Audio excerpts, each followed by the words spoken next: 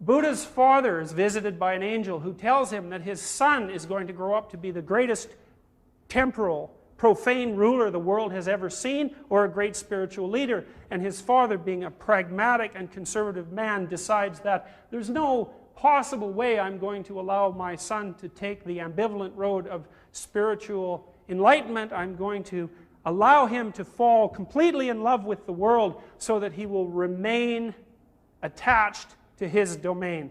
So, prior to Buddha's birth, his father constructs a great city with walls around it. And inside that city, he removes all signs of pain, frustration, and disappointment, any sign of ugliness and age. The only people that are allowed to exist within this city are those who are in perfect mental and physical health, who are paragons of beauty and virtue. And the idea that lurks behind that archetypal story is that when a father has a child,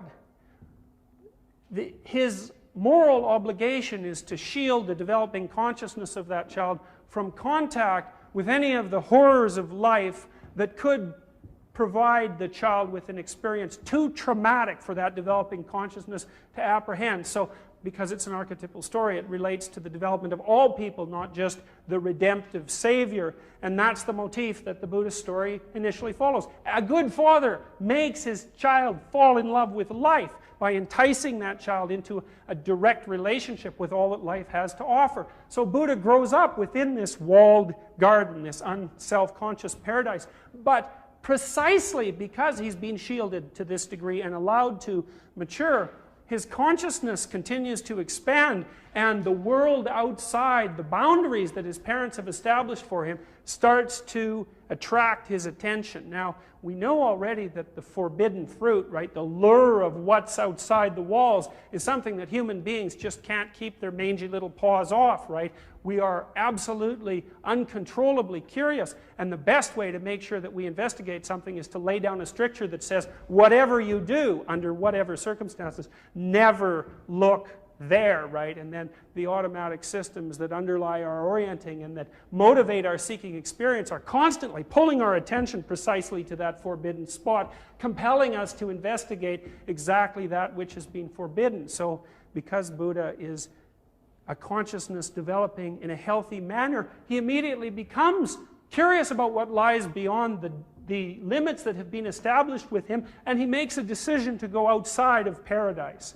Right, which seems a particularly ridiculous thing to do, given that in principle he has everything he could possibly want inside the walls. But then again, we have the troublesome notion of the original sin of Adam, right, which is that if any of you were offered a forbidden fruit, again under circumstances mythologically equivalent to those that obtained in the beginning, you'd immediately reach your hand out and take it, because what we haven't got for human beings is always far more compelling than what we have got.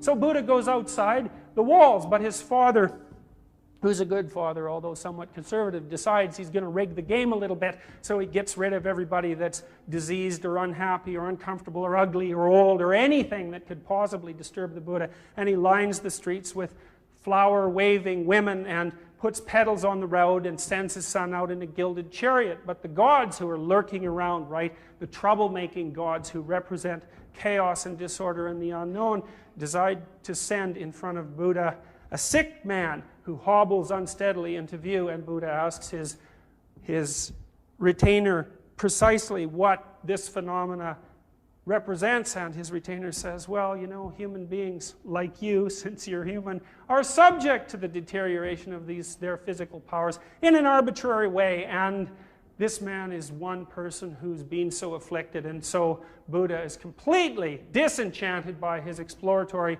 move out into the terrible unknown, and runs back into the castle walls and shuts the door, and is perfectly happy to think of nothing for months. But then, as his anxiety habituates and his curiosity grows, he can't stand the notion of never going outside the walls again, and outside he goes again.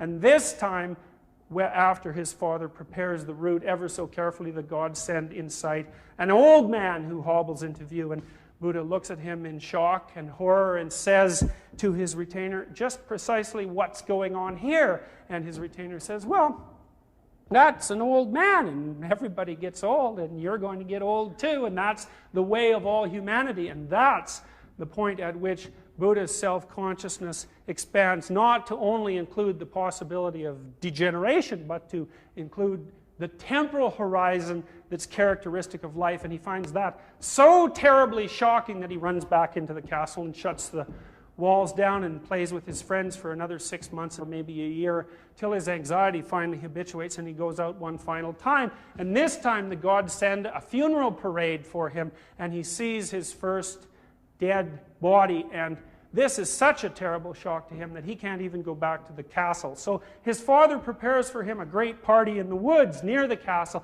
full of nude dancing women who are perfectly willing to flaunt themselves and to offer themselves to him. But Buddha is so absolutely and catastrophically shocked by this notion of emergent death that he can't take any pleasure whatsoever in what's being offered to him, and he leaves the kingdom once and for all. And you think, well, it's exactly what happens to you when you grow up, right? If you're reasonably well socialized and properly looked after, then your curiosity gets the better of you, and you keep going out into the world until what your parents have established for you is no longer sufficient for you. And as a consequence of that movement out into the world, you find out all sorts of things characteristic of your own life that not only your parents can't precisely explain to you, but even the broader formal structures of your culture have a very difficult time handling. And when you finally do encounter such realities and allow their effect on you to fully manifest itself, well, then you're finally independent and you no longer can return home. But from that point forward, you're also burdened, as Adam is burdened when he loses his paradisal unself-consciousness, with the full revelation of what it means to be limited and alive. So what happens to Buddha as a consequence of this revelation?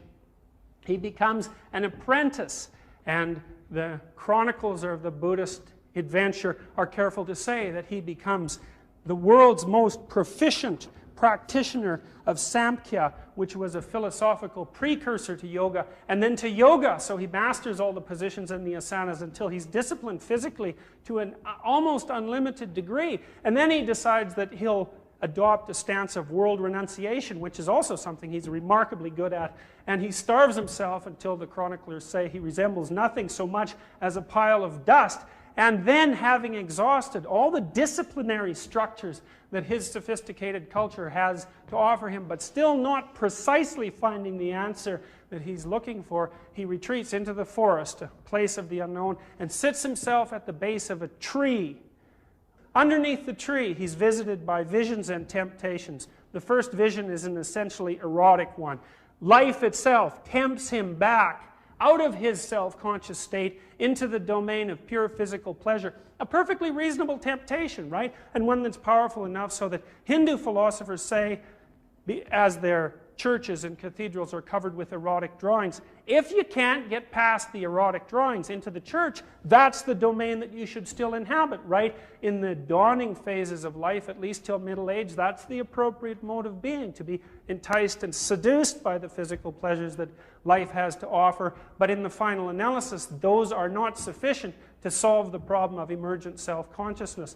And so the angel of death visits him and offers him the opportunity to exist permanently in a state of nirvana. A very, very interesting twist on the story, because you have to wonder, given the association, say, between suicidality and the notion of paradise that exists underneath that, if what Buddha isn't being offered by the angel of death is in fact death and the cessation of all the problems of being. Regardless, he rejects that, attains enlightenment briefly, and then decides to return to the world to share what he's discovered with all of suffering humanity. The idea being that the Buddha, who is the awakened or enlightened one, is capable of attaining a transcendent state, but also knows fully that because human beings have a shared social aspect, it is not possible for any one person to attain redemption until all people attain redemption. The reason being that it's very difficult to be transcendent and enlightened